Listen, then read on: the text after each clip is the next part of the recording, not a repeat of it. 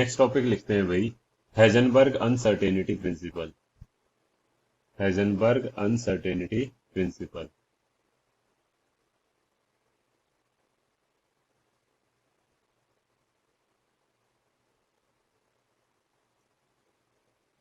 पहले एक बार इसकी स्टेटमेंट लिख लो, फिर इसको मैं एक्सप्लेन कर देता हूं।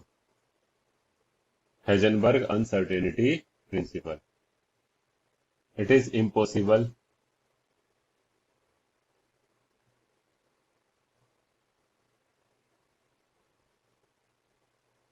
to measure simultaneously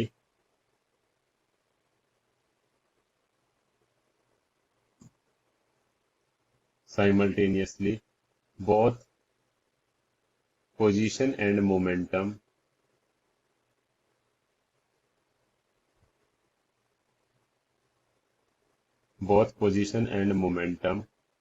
of microscopic particles with absolute accuracy.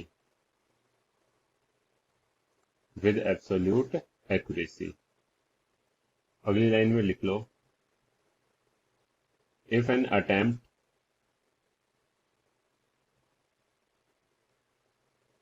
is made to measure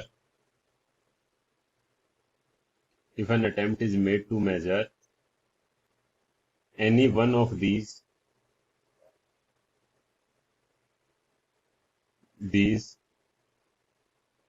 with higher accuracy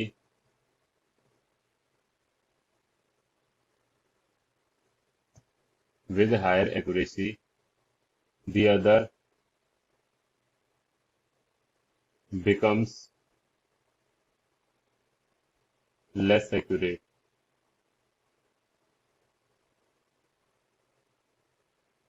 mathematically, अभी एक्सप्लेन करता हूं, एक बार लिख लो।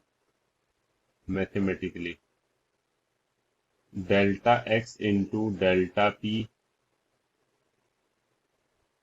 ग्रेटर देन और equal to H upon 4 pi, greater than और इक्वल टू एच अपॉन 4 पाई।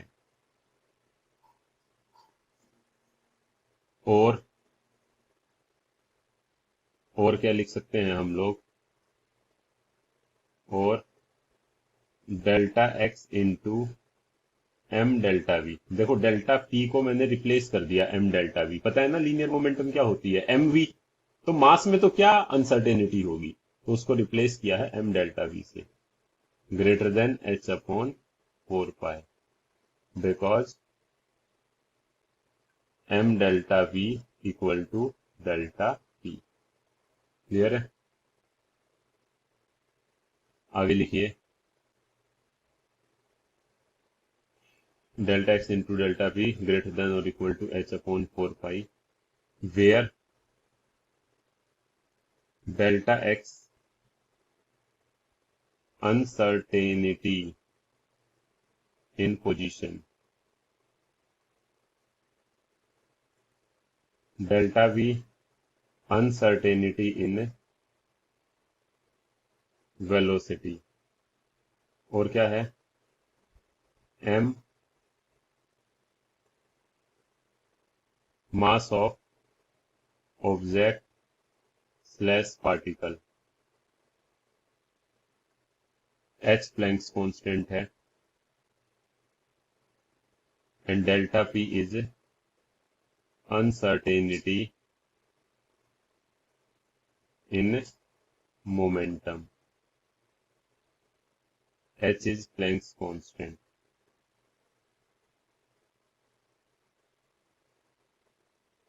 ध्यान से सुनो भाई, अब ये क्या कहता है, सुनिए। ये कहता है, अगर जैसे माना एक माइक्रोस्कोपिक पार्टिकल मैंने लाइक इलेक्ट्रॉन ले लिया, वो इलेक्ट्रॉन मूव कर रहा है, तो ये कहता है अगर हम उस इलेक्ट्रॉन की पोजीशन भी देखना चाहें कहां है और किस वेलोसिटी से वो घूम रहा है, दोनों चीजों को एक साथ देखना चाहें एक ही टाइम पे, पोजीशन भी एक्यूरेट और वेलोसिटी भी एक्यूरेट, वो इंपॉसिबल है मेजर करना। तो देखो स्टेटमेंट देखो, it is impossible to measure simultaneously, एक साथ, both position and momentum of microscopic particles with absolute accuracy. अगर आप परफेक्ट एक्यूरेसी के साथ देखना चाहोगे आप नहीं कर सकते। अगर आप इन दो से किसी एक को, एनी वन को आप हायर एक्यूरेसी के साथ मेजर करना चाहते हो, तो जो दूसरे वाली वैल्यू हो वो लेस एक्यूरेट बन जाती है। मतलब इन दोनों में से अगर कोई एक चीज आप एक्यूरेटली मेजर करोगे, दूसरी में एरर आ जाएगा, अनसर्टेनिटी इन मोमेंटम। और ये अनसर्टेनिटी को एरर की टर्म में भी लिख देता है भाई, अनसर्टेनिटी और एरर इन पोजीशन। मतलब क्या है सर, देखिए इस बात को, मतलब है भाई इस बात का, अगर आप एक्चुअल में ये पोजीशन वगैरह मेजर करने के लिए आप इसके ऊपर एक फोटोन फॉल कराते हो, और उस फोटोन की जितनी वेवलेंथ है ना, उतना ही अनसर्टेनिटी इन पोजीशन होगा। सो अनसर्टेनिटी इन पोजीशन हमारे पास कितना आ जाएगा, अनसर्टेनिटी इन पोजीशन जो हमारे पास होगा दैट विल बी लैम्डा के इक्वल, जो भी ये फोटोन फॉल करवाया इस फोटोन का लैम्डा, ये अनसर्टेनिटी इन पोजीशन होता है। तो जब आप इसकी पोजीशन को मेजर करने के लिए फोटोन फॉल कराते हो, वो फोटोन इस इलेक्ट्रॉन से इंटरेक्ट करता है, और अगर आपको कम एरर चाहिए तो लैम्डा आपको कम लेना पड़ेगा। अगर इसमें आपको लेस एरर चाहिए तो आपको लैम्डा के अंदर लैम्डा की लेस वैल्यू लोगे, क्योंकि जितना ज्यादा लैम्डा लोगे उतना ज्यादा एरर आएगा।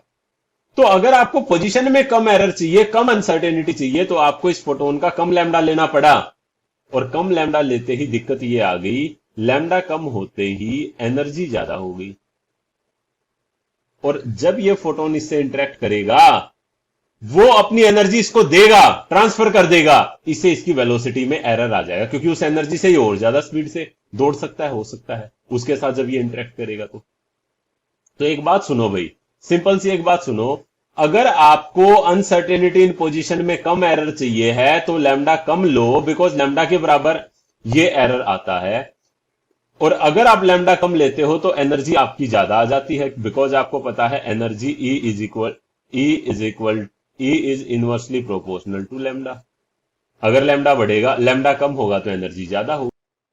सो बेसिकली क्या होगा भाई, हम एक तरीके से ये कह सकते हैं जितना कम एरर हम इस पोजीशन में करना चाहेंगे, पोजीशन में कम एरर करने की वजह से क्या होगा, हमें लैम्डा कम लेना पड़ेगा, लैम्डा कम लेने से एनर्जी हो जाएगी फोटोन की, ज्यादा होने से वो इसकी वेलोसिटी में एरर ज्यादा दे देगा या इसकी मोमेंटम में एरर दे देगा। तो एक चीज को मैंने एक्यूरेटली मेजर करने की कोशिश की, दूसरी में एरर आ जाता है। तो इसीलिए यह कहता है कि दोनों चीजों को हम एक साथ साइमल्टेनियसली मेजर नहीं कर सकते एक्यूरेसी के साथ, एब्सोल्यूट एक्यूरेसी के साथ। अगर हम किसी एक चीज को अच्छे से एक्यूरेट करने की ट्राई करते हैं तो दूसरी चीज हमारे पास लेस एक्यूरेट बन जाती है, और मैथमेटिकली हमारे पास रिलेशन क्या आएगी, delta x into delta P greater than और इक्वल टू एच अपॉन 4 पाई। मतलब जो मिनिमम एरर आएगा ना पोजीशन में, ये एरर या अनसर्टेनिटी, एंड ये मोमेंटम में जो एरर या अनसर्टेनिटी है, वो मिनिमम h/4 पाई होगी। इससे ज्यादा बेशक से हो सकती है लेकिन इससे कम नहीं होगी, इसके इक्वल या इससे ज्यादा होगी। और अनसर्टेनिटी इन मोमेंटम को मैंने कैसे रिप्लेस कर दिया, हमने delta P M delta V, because P is equal to M V, mass में तो कुछ एरर होगा ही नहीं, तो ये वेलोसिटी में एरर होगा या अनसर्टेनिटी होगी। So delta x into M delta we greater than और equal to H upon 4 pi. So ये दो रिलेशन है भाई, ये दोनों रिलेशन आपको याद रखनी है, न्यूमेरिकल पूछता है इससे, ये दोनों रिलेशन। और यहां पर मैंने बता दिया delta we is uncertainty in velocity, delta x is uncertainty in position. Uncertainty की जगह एरर भी बोल सकते हैं, एम मास है और delta P uncertainty in momentum. Clear है? सो यहां से ये चीजें हम एक्सप्लेन कर सकते हैं। तो यहां हम क्या लिख लेंगे, ये एक्स्ट्रा में ही लिखवा रहा हूं मैं, एक्स्ट्रा में हम क्या लिख देंगे बताओ, एक्स्ट्रा में हम ये बात लिख सकते हैं यहां पर, if we want to measure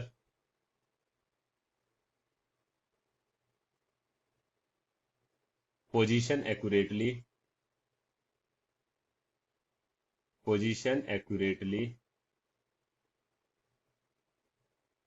then lambda for photon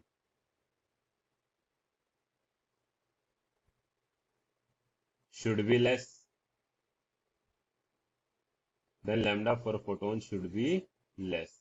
और lambda अगर लेस होगा तो फिर हमारे पास क्या होगा, but then energy of photon become high,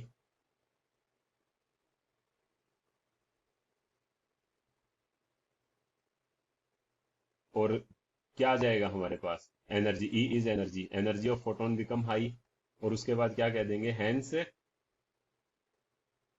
there will be error in velocity, there will be error in velocity और मोमेंटम।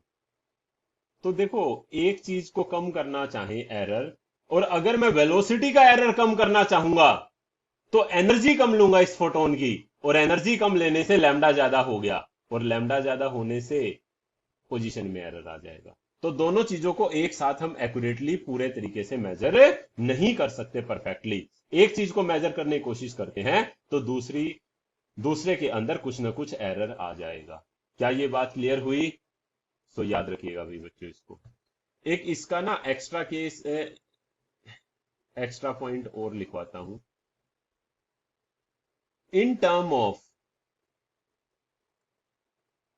एनर्जी, एनर्जी की टर्म में भी इस रिलेशन को हम भाई कन्वर्ट कर सकते हैं। जैसे अपने पास ये एक रिलेशन आई, मैथमेटिकली एक रिलेशन तो हमारे पास ये आई, ये फर्स्ट होगी, ये सेकंड रिलेशन होगी वेलोसिटी की टर्म में। इसी को हम एनर्जी की टर्म में अगर ड्राइव करें तो फाइनली हमारे पास जो रिलेशन आती है, that relation become delta E in delta T greater than और equal to h upon 4 pi.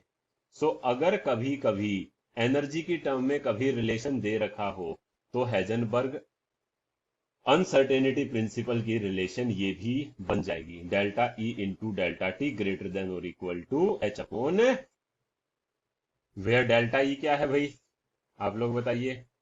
Where delta E is uncertainty in energy,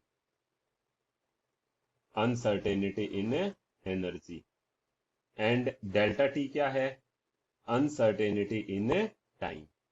सो ये बात एक्स्ट्रा याद रखिए भाई। अगर कभी अपने पास तीन रिलेशन हो गई है, दो तो मैंने ये ऊपर बता दी है, uncertainty in position, uncertainty in momentum, uncertainty in position, momentum को रख दिया एम डेल्टा वी, और अगर एनर्जी की टर्म में रिलेशन पूछे so delta E into delta T greater than और equal to h upon 4 pi. Clear है? Where h is Planck's constant. So ये बातें याद रखना भाई। ये अपने पास यहां हेजनबर्ग अनसर्टेनिटी प्रिंसिपल की मैथमेटिकल रिलेशन थी और थ्योरेटिकल इसकी स्टेटमेंट थी। अब हम लिखते हैं भाई, इसका भी सिग्निफिकेंस लिखते हैं। सो write down significance.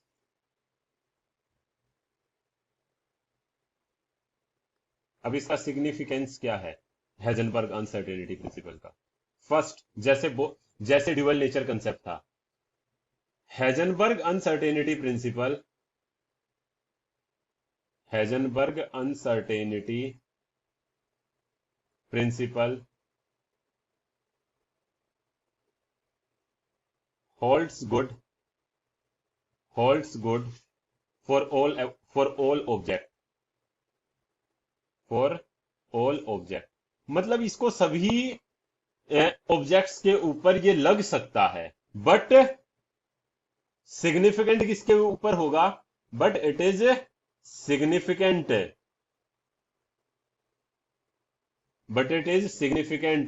In case of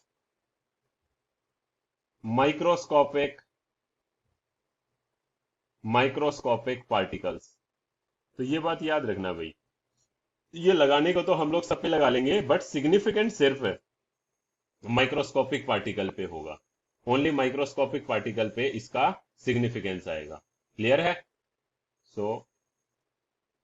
सो ये इसका सिग्निफिकेंस था भाई कि मेन माइक्रोस्कोपिक पार्टिकल्स के लिए ये सिग्निफिकेंट आएगी वैल्यू, बट अप्लाई सबके लिए कर सकते हैं। माइक्रोस्कोपी के लिए क्यों नहीं आएगी?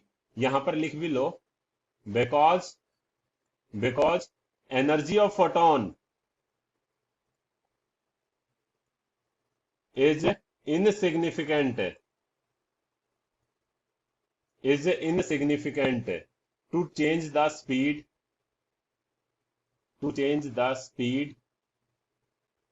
and position of bigger particles। बड़े पार्टिकल्स की स्पीड और पोजीशन को चेंज करने में फोटोन इनसिग्निफिकेंट होता है भाई। ये इसका फर्स्ट पॉइंट है। आप इसको वैल्यू भी निकाल के देख लेना, तो भी आगे मैं बताऊंगा भी आपको, उससे भी आइडिया लग जाएगा कि कैसे इनसिग्निफिकेंट आता है। एक क्वेश्चन से हम इसको करेंगे। सेकंड देखिए, सेकंड लिखिए, Heisenberg discarded the concept of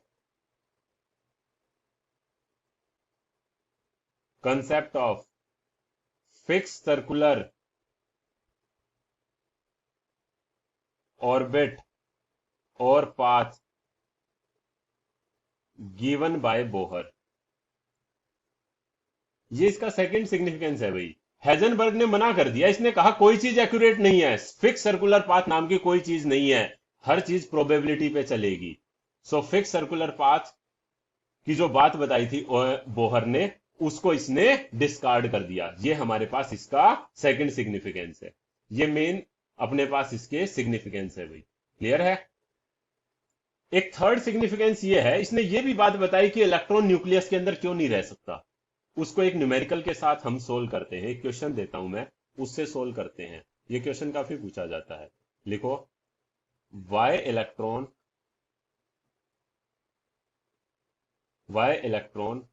cannot exist in the nucleus।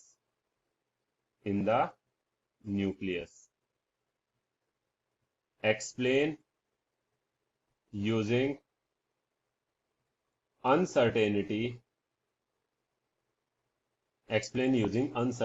principle। देखो, इससे हम एक्सप्लेन करेंगे क्यों कि इलेक्ट्रॉन न्यूक्लियस में क्यों नहीं रह सकता। देखिए भाई ध्यान से,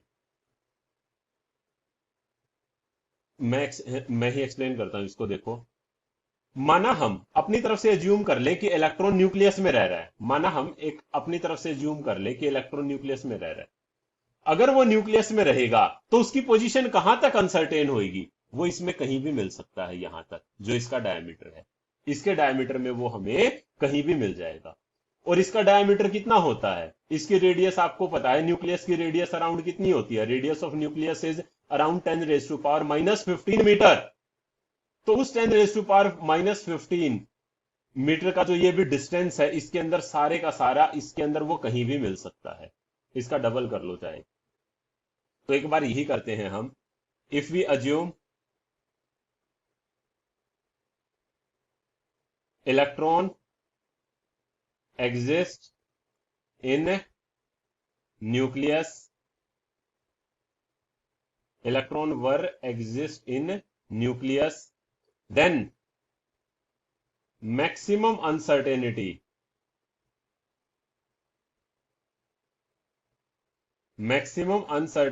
in position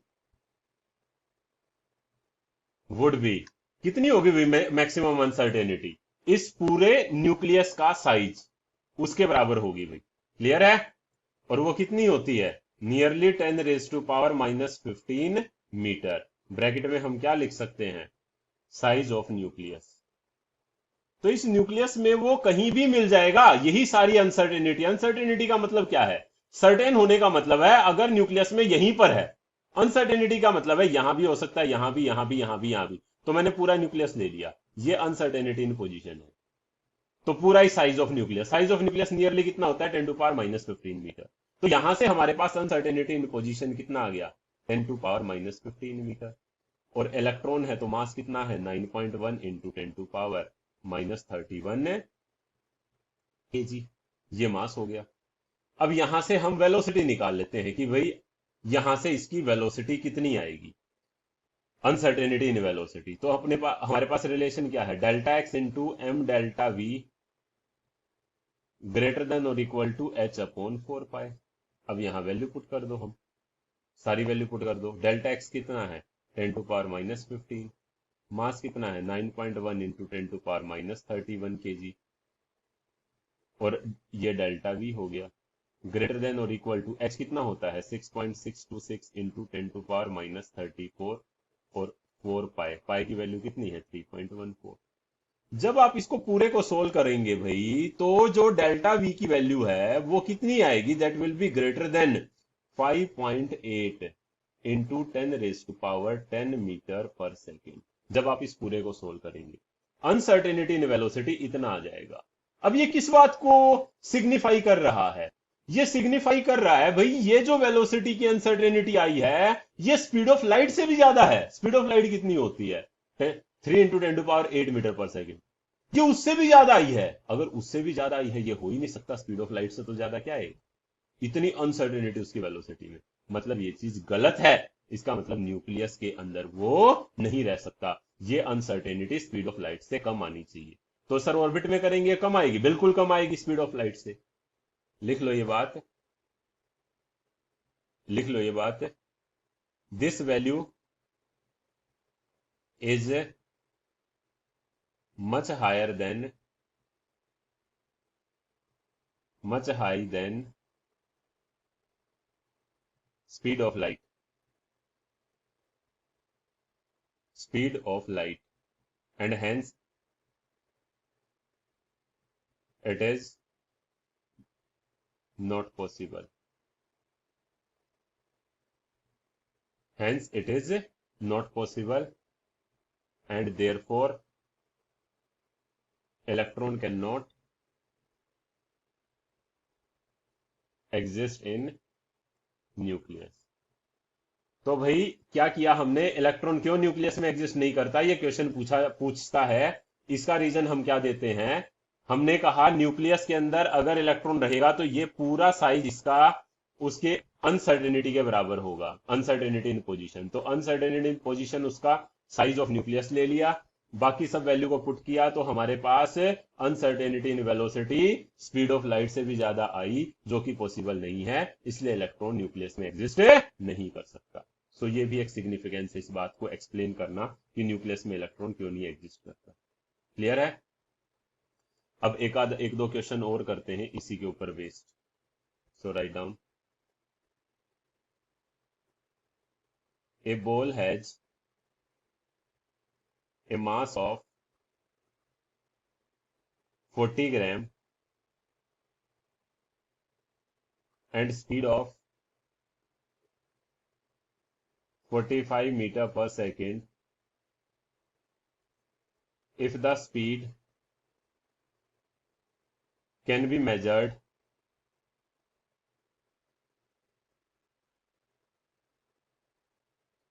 within accuracy of 2%, find uncertainty in position।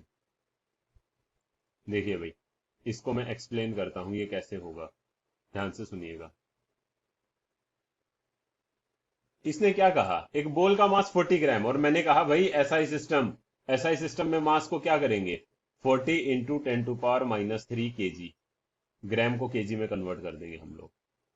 Clear है। और स्पीड कितनी है, स्पीड है हमारे पास 45 मीटर पर सेकेंड। तो डेल्टा वी कितना निकाल देंगे, इसने कहा उसकी speed with in accuracy of 2%, 2%, इस स्पीड का 2% की रेंज के अंदर हम उसको मेजर कर सकते हैं। तो इसका 2% हमने निकाल लिया, तो इसका 2% कितना आया 0.9। सो ये डेल्टा वी हो गया। डेल्टा वी होने के बाद अब इसने पूछा क्या है हमसे, कह रहा है डेल्टा एक्स निकालो, अनसर्टेनिटी इन पोजीशन। तो देखो ये 2% क्यों किया है भाई, इतनी स्पीड थी और उसकी 2% की रेंज के अंदर ही हम उसको मेजर कर पाते हैं।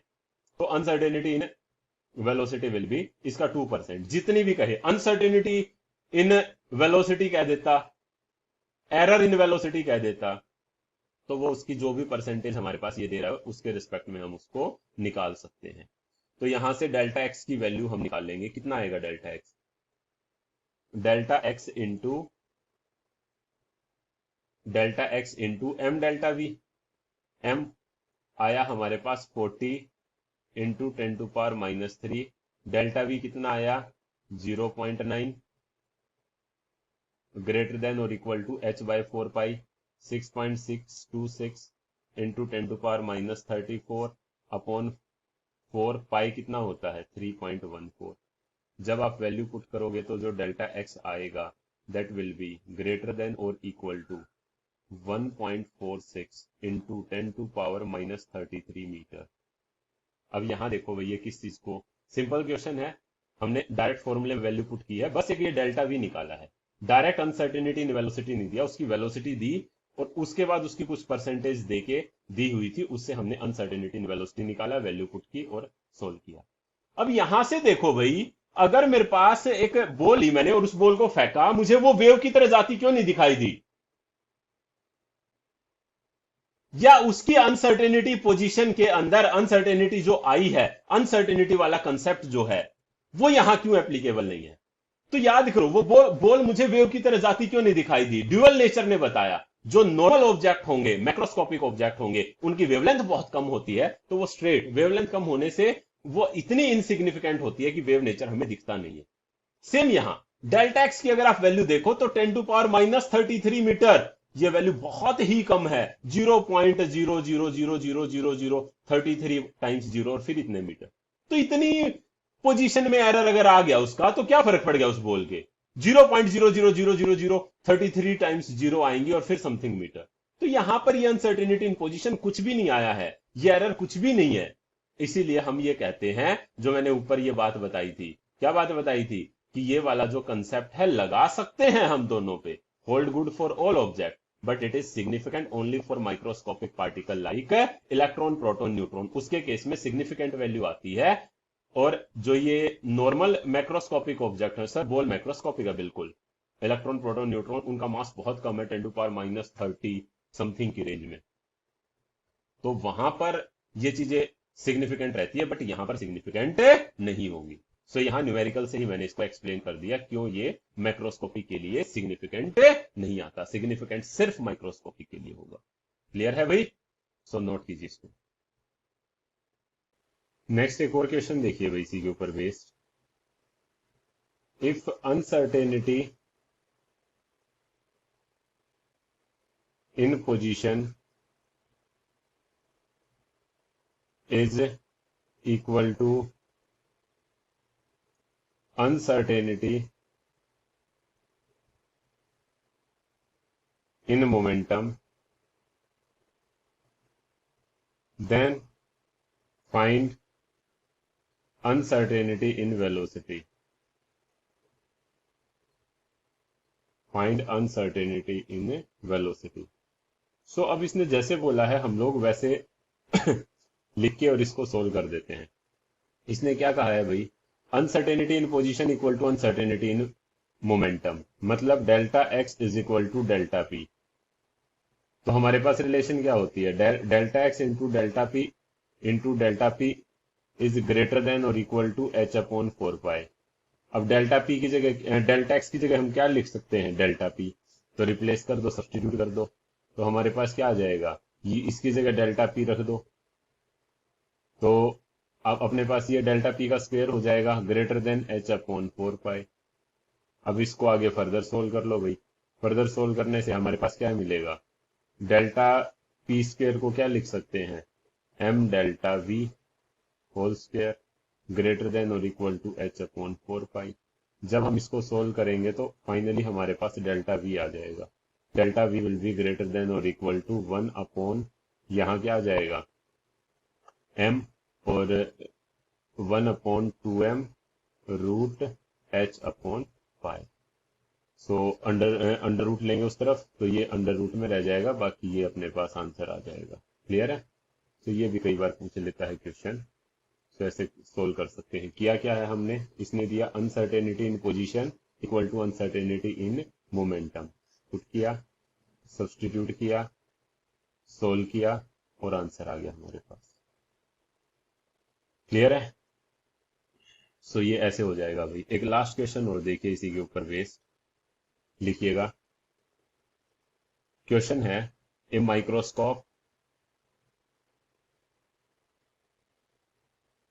using suitable photons using suitable photons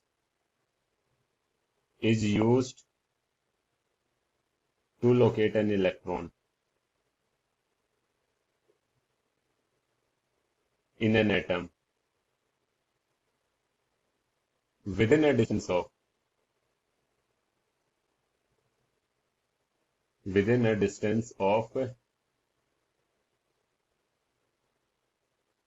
0.1 angstrom. Find uncertainty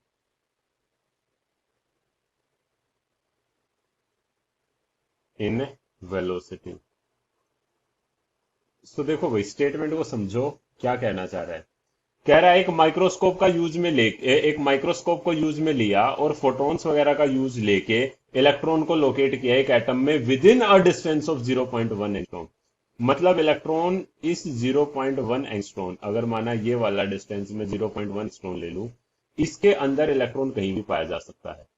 तो ये अनसर्टेनिटी इन पोजीशन है, तो ये वैल्यू क्या है? Delta x. तो हमारे पास डेल्टा एक्स आ गया 0.1 एंगस्ट्रॉम, मतलब 0.1 इंटू 10⁻⁻10 मीटर। ये हमारे पास डेल्टा एक्स आ गया 10⁻11 मीटर। अब इसने क्या पूछा है? अनसर्टेनिटी इन वेलोसिटी पूछा है, तो डायरेक्ट वैल्यू पुट करो, delta x into M delta we greater than और equal to H upon 4 pi. Value put कर दो। डेल्टा एक्स की जगह क्या रख देंगे? 10⁻11। एम इलेक्ट्रॉन का मास कितना? 9.1 इंटू 10⁻31 kg। डेल्टा वी हमें निकालना है, ग्रेटर देन और इक्वल टू एच होता है 6.626 into 10⁻34। 4 pi, pi is 3.14। Solve करेंगे तो हमारे पास डेल्टा वी आएगा, and delta V will be greater than और equal to 5.79 into 10⁻6 metre per second. सो ये एक और वैरायटी है भाई। तो सिंपल एक बात इसने क्या कही, एक फोटोन को यूज में लिया है और माइक्रोस्कोप से देखा और इलेक्ट्रॉन को लोकेट करवाया और इलेक्ट्रॉन इतने डिस्टेंस में पाया, तो अनसर्टेनिटी इन पोजीशन यही होगी। बाकी वैल्यू पुट करनी है, सब्सटीट्यूट करनी है फॉर्मूले में और अपने पास आंसर आ जाएगा। क्लियर है? सो भाई ये था इस टॉपिक से related, that is Heisenberg uncertainty principal, और इससे पहले हमने डी ब्रोगली कंसेप्ट किया था। अब हम भाई नया टॉपिक स्टार्ट कर रहे हैं, that is wave mechanical model और स्क्रोडिंजर वेव इक्वेशन। तो ये टॉपिक कोई बहुत ज्यादा तो इंपॉर्टेंट है नहीं, इसमें जो इंपॉर्टेंट चीजें आएंगी वो बताएंगे, बट इसको थोड़ा बहुत एक्स्ट्रा सा टॉपिक है, कई बार किताबों में दिया होता है, तो इसलिए इसके बारे में थोड़ा डिस्कस करेंगे। ठीक है, मेन अपना क्वांटम नंबर वाला टॉपिक आएगा। ठीक है, सो थर्ड मॉडल हम स्टार्ट कर रहे हैं भाई, that is wave mechanical model. Wave mechanical model और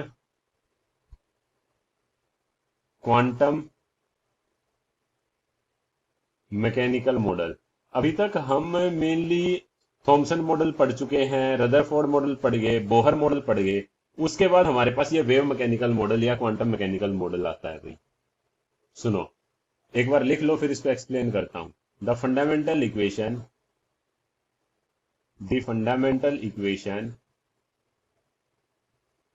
of quantum mechanics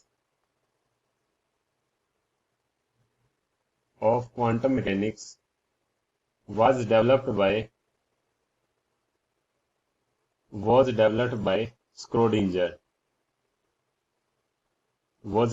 by Schrödinger। Next point लिखो, it explains 3D concept of moving electron। 3D concept of moving electron। Next point, it is based upon de Broglie concept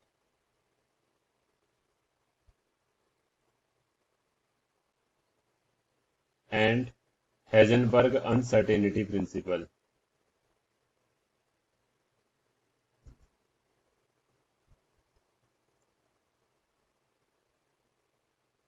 and Heisenberg uncertainty principal.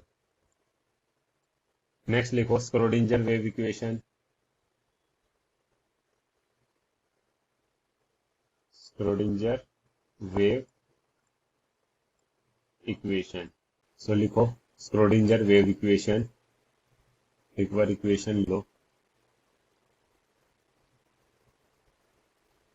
D square psi upon D x square plus psi upon d y square plus d square psi upon d z square plus 8 pi square m upon h square e minus v into psi equal to 0। Psi क्या है? Wave function. Wave function इसको P S I Sai बोल देते हैं।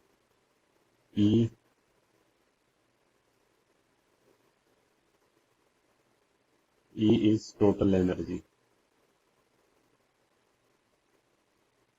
E is total energy of particle या electron कह दो।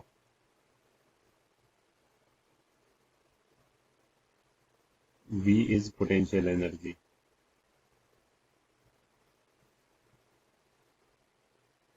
potential energy। M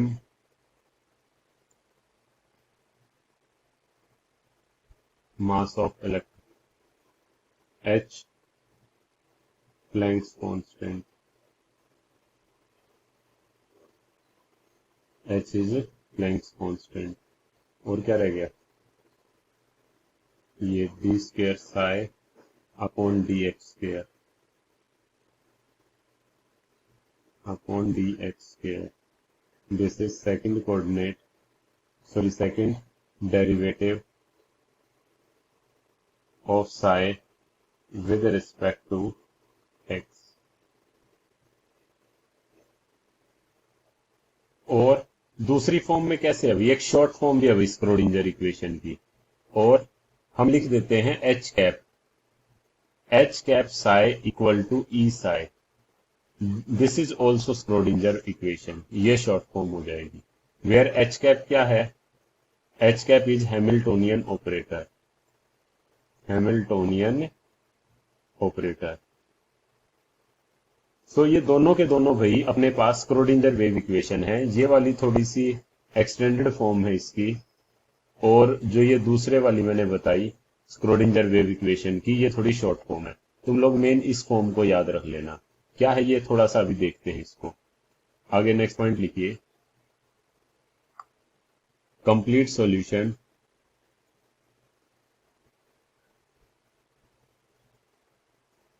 of Schrodinger equation is explained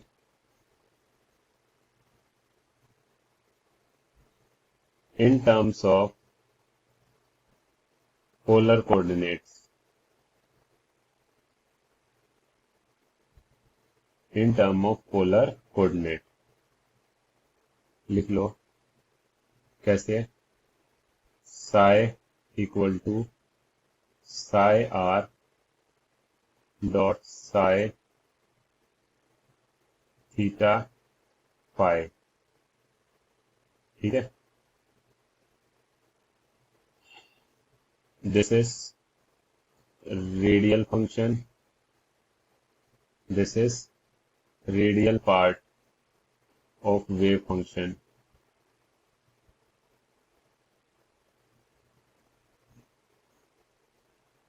this is radial part of wave function. और इसको ऐसे भी लिख सकते हो भैया, psi r theta phi equal to r small r नीचे n l dot a l m. This is same चीज, यही वाले को थोड़ा शॉर्ट में और अलग वे से बस ऐसे दिखा दिया। ये दोनों सेम ही है और ये दोनों सेम है, तो इसको भी हम क्या लिख देंगे, R R radial function. This is also radial function. लेकिन ये किस पे डिपेंड कर रहा है, radial function that depends on N and L. N और एल इसीलिए लिखे हैं, एन कोमा एल। और ए एल एम क्या है, angular function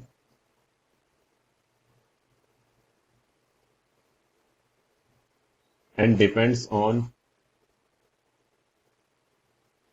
L and M. और ये साई थीटा फाई ये भी एंगुलर पार्ट है, एक ही बात है ये दोनों, बस लिखने का तरीका थोड़ा सा ऐसे दिखाया है। बाकी ये आर थीटा फाई क्या है, एक बार ये भी बना लो। ये x axis, this is Z axis और इसको ले ले वाई एक्सिस। तो ये आर ले लिया हमने और इसको थोड़ा ऐसे बना दे, हम एक प्लेन सा दिखा दे हम। तो उस प्लेन के अंदर अब अगर यहां देखें, एक्स एक्सिस के साथ जो एंगल होगा दैट इज फाई और जेड एक्सिस के साथ जो एंगल है दैट इज थीटा और ये आर है distance, R is the distance. क्या है, एक बार मैं एक्सप्लेन करूंगा इसको, एक बार नोट करो। अब एक चीज देखो भाई, जो काम की चीज है वो ये है, यहां पर साई, साई क्या है, साई मैंने बताया it is wave function, it is wave function, it has no physical significance, it has no physical significance, इसका कोई फिजिकल सिग्निफिकेंस नहीं है। इट टेल्स अबाउट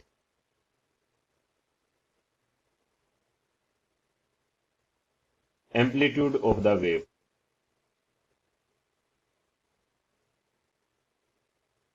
ये पॉइंट इंपॉर्टेंट है भाई, इसको स्टार मार्क कर लो। देन आता है भाई साई स्क्वायर, साई स्क्वायर ये थोड़ा इंपॉर्टेंट है। It is probability density,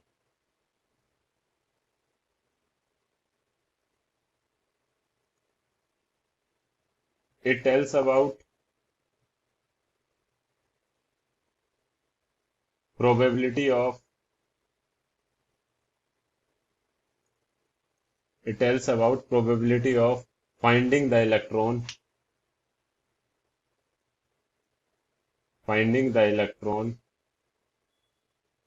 at a point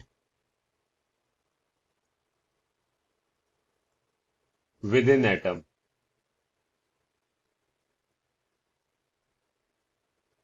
at a point within atom, or it has physical significance, it has physical significance।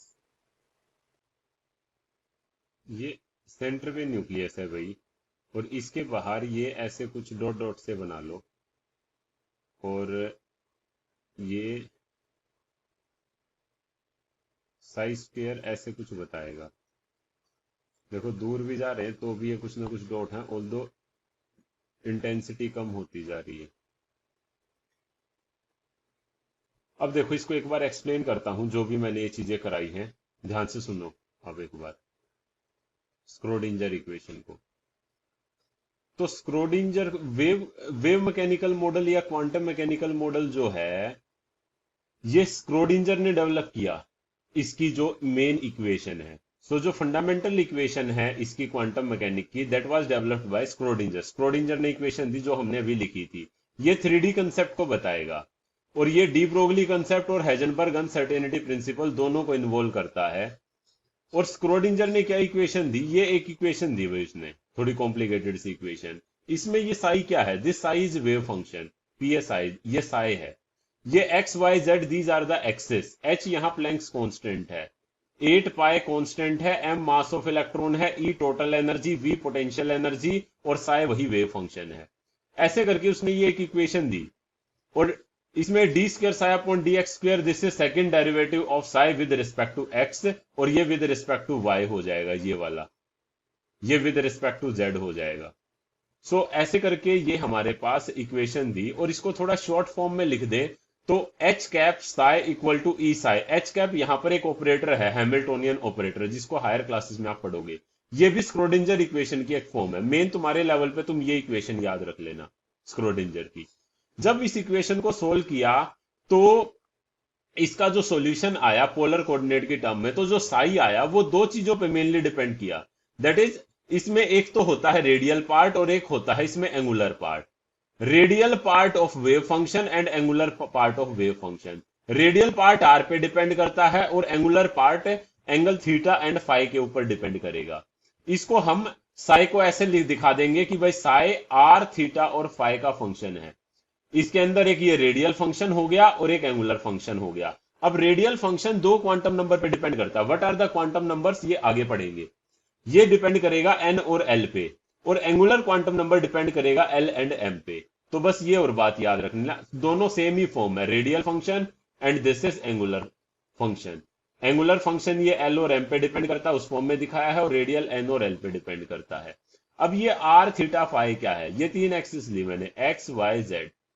इसमें ये आर अपने पास बेसिकली डिस्टेंस को डिनोट करेगा न्यूक्लियस से, थीटा जेड एक्सिस के साथ एंगल और फाई एक्स एक्सिस के साथ एंगल है। अब ये मेन चीज आती है, ये साई क्या था जो साई हमने बताया। Sai is the wave function. Sai एक वेव फंक्शन है जिसका कोई सिग्निफिकेंस नहीं है। क्वेश्चन पूछता है साई का सिग्निफिकेंस है, नो। तो ये किस बारे में बताता है, ये एम्पलीट्यूड ऑफ द वेव, मतलब जो वेव बनेगी उसका एम्पलीट्यूड कितना है उसके बारे में बताएगा। ये जस्ट एम्पलीट्यूड के बारे में बताता है, ये जो एम्पलीट्यूड होता था वेव का उसके बारे में बताएगा। It tells about amplitude of the wave. अब साई स्क्वायर क्या है, psi square is probability density, और इसका बहुत यूज है। It has physical significance also. It tells about probability of finding the electron at a point within atom. जैसे माना ये न्यूक्लियस लिया, यहां पर बहुत ज्यादा इलेक्ट्रॉन डेंसिटी है, मतलब यहां इलेक्ट्रॉन के पाए जाने की प्रोबेबिलिटी बहुत ज्यादा है। सो साई स्क्वायर बेसिकली इलेक्ट्रॉन के पाए जाने की प्रोबेबिलिटी का रीजन है। जहां ये डॉट बहुत ज्यादा है वहां पाए जाने की प्रोबेबिलिटी बहुत कम है, और जहां ये डॉट कम है वहां पाए जाने इलेक्ट्रॉन के पाए जाने की प्रोबेबिलिटी कम है। जहां ज्यादा है वहां इलेक्ट्रॉन के पाए जाने की प्रोबेबिलिटी बेसिकली ज्यादा है। तो तुम्हें बस मेन चीज इसके अंदर यही याद रखनी है, साई और साई स्क्वायर। साई का कोई सिग्निफिकेंस नहीं है और साई स्क्वायर का सिग्निफिकेंस है। एक बात और याद रखना, टोटल 4 क्वांटम नंबर पढ़ेंगे, उन 4 क्वांटम नंबर में से आगे बोलूंगा 3 क्वांटम नंबर स्क्रोडिंजर से आए हैं, एन एल एंड एम। अब आप कहोगे सर एल एल तो ये सेम ही है, तो 3 क्वांटम नंबर स्क्रोडिंजर से ड्राइव हुए हैं, एन एल एंड एम। ये मैं चीज आगे बताऊंगा। तो ये बात और एक बात याद रखना, स्क्रोडिंजर इक्वेशन से कितने क्वांटम नंबर ड्राइव हुए हैं, 3, एन एल एंड एम, जिसके बारे में हम आगे डिस्कस करेंगे। क्लियर है। अब इसके कुछ एक ग्राफ्स हैं भाई, उन ग्राफ्स के बारे में थोड़ा बहुत एक्स्ट्रा कभी पूछ ले तो पूछ ले, अदरवाइज नहीं पूछता तो उनको मैं एक्स्ट्रा में मार्क करा रहा हूं। तो वो ग्राफ एक बार आप देख लेना, उनको मैं बनाता हूं। अब देखो भाई, जो ग्राफ है वो हमारे पास कुछ ऐसे मिलते हैं। 1s 2s और 2p क्या है, दीज आर द ऑर्बिटल्स। क्या होते हैं ये ऑर्बिटल्स, ये अभी आगे बताऊंगा मैं। तो इन ऑर्बिटल्स के लिए डिफरेंट डिफरेंट साई का आर के साथ जो ग्राफ है वो ऐसा गया, मिला ये पॉजिटिव एम्पलीट्यूड, देन ये नेगेटिव, देन साई का 2p के साथ ये हमारे पास ग्राफ मिला। अब साई स्क्वायर में क्या करना है, इसका स्क्वायर कर दो। देखो पॉजिटिव चीज है वो एज इट इज ही रही, जैसे पॉजिटिव एज इट इज ही रहेगी, उसका स्क्वायर कर। यहां अगर स्क्वायर करें तो ये नेगेटिव चीज पॉजिटिव बन जाएगी। तो ये वाला जो पोर्शन है, ये वाला पोर्शन अपलिफ्ट हो गया, जो ये नीचे था ये वाला पोर्शन अप हो गया, और ये तो एज इट इज ही रहा, ये सेम एज इट इज ही रहेगा। क्लियर है। सो ये हमारे पास किसके लिए है, 1s के लिए सेम, और ये 2s के लिए ये 2p के लिए क्या होते हैं 1s 2s 2p, ये भी हम आगे डिस्कस करेंगे। और एक बात सुनो भाई, जिस पॉइंट पे ये इस एक्स एक्सिस को काट देगा that point is known as node. तो यहां पर कितना नोड है, एक बार काटा है तो एक नोड है इसके अंदर। जैसे यहां पर इसने इसको टच कर दिया है, दिस इज ऑल्सो नोड। सो ये नोड को रिप्रेजेंट करेगा। क्या होता है नोड, इसके बारे में भी हम आगे डिस्कस करेंगे। सो ये सारा भाई हमारे पास स्क्रोडिंजर इक्वेशन से रिलेटेड था। अब इसमें काम की बात सिर्फ मेन ये है, साई क्या है, साई स्क्वेयर क्या है। साई वेव फंक्शन है जिसका कोई फिजिकल सिग्निफिकेंस नहीं है, जो एम्पलीट्यूड बताता है। साई स्क्वेयर प्रोबेबिलिटी डेंसिटी है जो इलेक्ट्रॉन के पाए जाने की प्रोबेबिलिटी बताती है, इलेक्ट्रॉन के पाए जाने की प्रोबेबिलिटी बताती है। इसका फिजिकल सिग्निफिकेंस है। और थोड़ा बहुत ये ग्राफ का आइडिया होना चाहिए अपने को, जो भी 1s 2s 2p के लिए आए हैं। क्लियर है। इसके बाद अब हम आगे पोर्शन स्टार्ट करेंगे जिसके अंदर हम ये नोड को भी देखेंगे और क्वांटम नंबर के बारे में पढ़ेंगे, जहां पर ये ऑर्बिटल वाला कंसेप्ट भी अपना क्लियर हो जाएगा। सो क्लियर है भाई, सो इसको नोट कीजिएगा।